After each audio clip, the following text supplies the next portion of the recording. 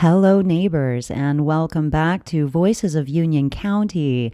I am Alexis, and I am your host for this journey. Today, I have an interview with some of our citizens that have been diligently following our Board of Elections here in Union County. With me today, I've got Lori, Marcia, and Dean. Now, Lori and Marcia have been interacting quite closely with the Board of Elections over the last year or two, following the goings-on there and doing records requests. They have uncovered that we have missing ballot images and have had some odd experiences with trying to get onto the agenda to speak at the Board of Elections. Now, they're going to tell us about that and follow us through their timeline of events. And then following that, we will have Dean come, and he is going to explain to us exactly how these Dominion machines work and the technical aspects of our recording of our votes. All right, so Marcia, can you let me know what your experience has been with the Board of Elections? I had a request, an open records request for the Board of Elections last month in July, and they did not respond to me, although I told them I was going to be here at the meeting and all that. So when I did come, yes, they had a meeting. They all came in. Nobody told me anything about it, but I was here. And they also had Deputy Dyer here. I came in and I started recording, and the deputy was right beside me, and I have a recording of that, and I gave that to you last time. They came right out and said, "No, we didn't do the ballot images." And I said, "What?" And isn't it by law required that they have the ballot images? Yep. It's possible that they have two ballot image recordings, one before the vote is cast and one after the vote is cast through those scanner machines. They had the physical ballots from May 24 until June 8. They had plenty of time to do those ballot images. They knew they hadn't done it. So anyway, I ended up having to do an ORR for Judy Odom in the Superior Court clerk. And she did get back to me the next day. For what? What did you request? And said, it'll be 30 to 45 days. Why? Well, she didn't say, but I went to Jeff Langley. Our district attorney. Yes, I did. And I said, here's my audio that I did. And I said, I need advice on it. And he said that the ORR that I requested and that it would take the 30, 45 days might be because, quote, quote, they need to calculate the money expense, the paper, the ink, the employee time. Well, that's their job. They have to do an ORR. Right, and isn't that usually the case? And when the law is that it has to be within 3 days unless there's an extra reason why? She responded the next day.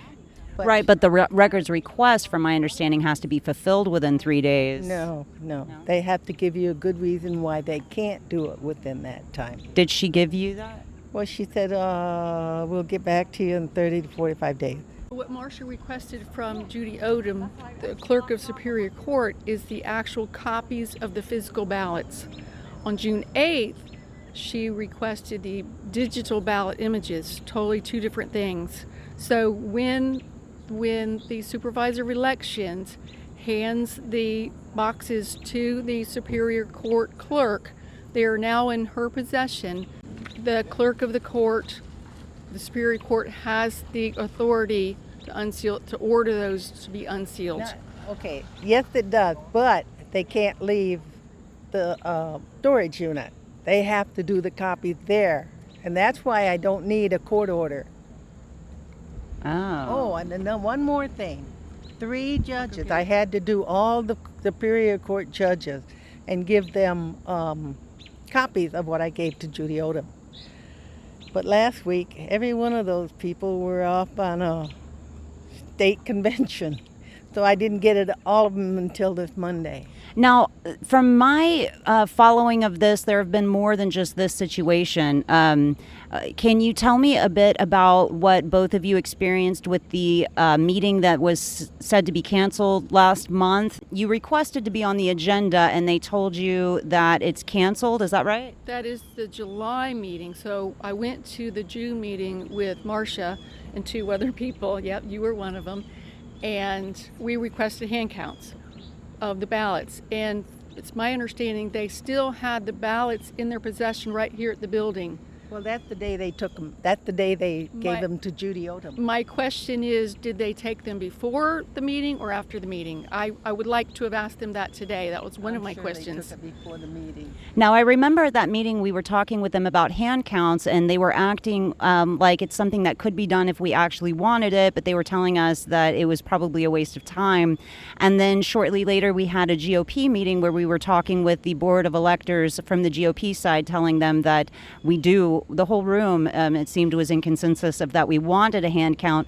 And from my understanding of the timeline of events, right after that meeting is when they said that the July meeting would be canceled. And is it correct that and August They did not. Due to COVID They did exposure. not put it on the website. that it was canceled? Correct. They So- said it verbally, but they did not post it on the website. And when they said it verbally, what was that in reference to? I had an email exchange with them to get on the July meeting and requested to be on the agenda. And Libby Stevens replied back, we're not having a July or August meeting due to COVID exposure. And that's when I emailed her right. back, and I copied Mr. Paris and Jennifer at the commissioner's office. And I said, so would you tell me if we've got COVID exposure here in the county? I'm not aware of it. And then the commissioner came back and did not mention anything about COVID exposure, but he did mention that he had nothing to do with elections. So then Well, I emailed Libby. So because she said COVID exposure, I said, well, that's no reason to cancel the meeting. And she came back and said, well, what is the purpose that you want to be on the meeting? And I said, well, I shouldn't really have to tell you. I just specifically, I want to be on there. And then she came back with, well, I need to know. And I finally said, I want to be on the agenda to have the board sign affidavits, sworn affidavits, that they have not tampered with anything. If we're not going to be able to get the digital ballots or the physical ballots, then let's have sworn affidavits from the people who are handling these ballots that they haven't tampered with them and they don't know of anybody tampering with them. Just something that I had come up with. Did she then let you know that, okay, we will be having the July meeting? And with that request, plus a couple other requests, and I wanted to have a hand count request on record. So on the June meeting, we were not on the agenda. It was after the fact. I didn't know whether that was going to get in the minutes. So I said, and I want to ask formally, I want to be on the record for asking a hand count. So that was all in that one email, and she never responded. That was 1 week prior to the July board meeting, and I never heard anything back from her. So then Wednesday morning, I emailed her and I said, I haven't heard anything back, so I'm assuming that there is no meeting. And then they went ahead and had the July meeting. They went ahead and had the meeting. So here's the Georgia Code OCGA 21-500, delivery of voting materials, presentation to grand jury in certain cases, preservation and destruction of unused ballots. And it's in the first section that it talks about unless otherwise provided by order of the Superior Court. So she has the authority to order them to unseal. And so I have done an open records request on the email that she had said that she emailed me the information of the open records request. I've requested the email thread of that, and she has not responded to that either. Is there anything that the citizens here can do to help bring transparency and support? I don't want to say, we'll say integrity in our political races here in Union County? Would you suggest just showing up to these meetings? And it's the second Wednesday of each month at 3 o'clock in the back of the building on Hunt Martin Street. What is the address? Do you remember? 65. 65 Hunt Martin Street, and it's located in the back parking lot. September, I recommend that everyone come. I recommend that we have standing room only with the Board of Election. I recommend that we just pack that room. Pack it. Okay. That does seem to be where our power is when we show up and we film it and make sure everybody knows what's going on. That seems to be what is making positive change happen. All right. Well, thank you both very much for this. I appreciate it so much. Thank you. All right, now let's get over and see what Dean can tell us about these machines that we are using to record our ballots. You were talking about backup ballot images, and I don't really understand what this is about. Can you tell me what that means? Well, you're kind of conflating two questions. Oh, okay. So let's back up. According to the Democracy Suite Manual, there's supposed to be 4 backups from the logic and accuracy testing through post-election. All of those, except for the initial one after logic and accuracy test, will have ballot images in them. So the ballot images are in the machine somewhere and on external storage according to the manual. The second part of that is double images. When you scan the ballot, it takes an image of it. If it doesn't necessarily understand it or it sees a problem, sets it off to the side for adjudication. So your vote hasn't counted yet. Someone is supposed to look at it, decide what you really meant, and then when they send it in, it takes a second image of the actual voted, the counted vote. So you have the pre and you have the post. Both of those should be made available. And is that only applying to those that get deemed that they need adjudication? Actually, adjudication is what will stop it so someone looks at it. But those images are still there. One when it first gets scanned, the second one when it gets counted, when it gets cast, I guess. That's interesting. At the end of the day, they look at all the ballots that need If to be it's adjudicated, that's if it was adjudicated. But if it's not adjudicated and it just goes normally, you still have 2 images. One when it looks at it and scans it initially, and one when it casts the vote. And then I remember a while back you were talking about going over the voter rolls. I'm changing subjects here, but there are just a few things that I know that you have information on that I think are important. So you had talked about how there were a lot of people on our voter rolls that should not be. A lot of names. I wouldn't necessarily say people. Okay, yes, a lot of names. Can you tell me a little bit about that and what you've discovered? I don't have the numbers with me, but I'll give you the general concept. Statistically, nationwide, 70% of the people who are eligible and able to vote actually register to vote.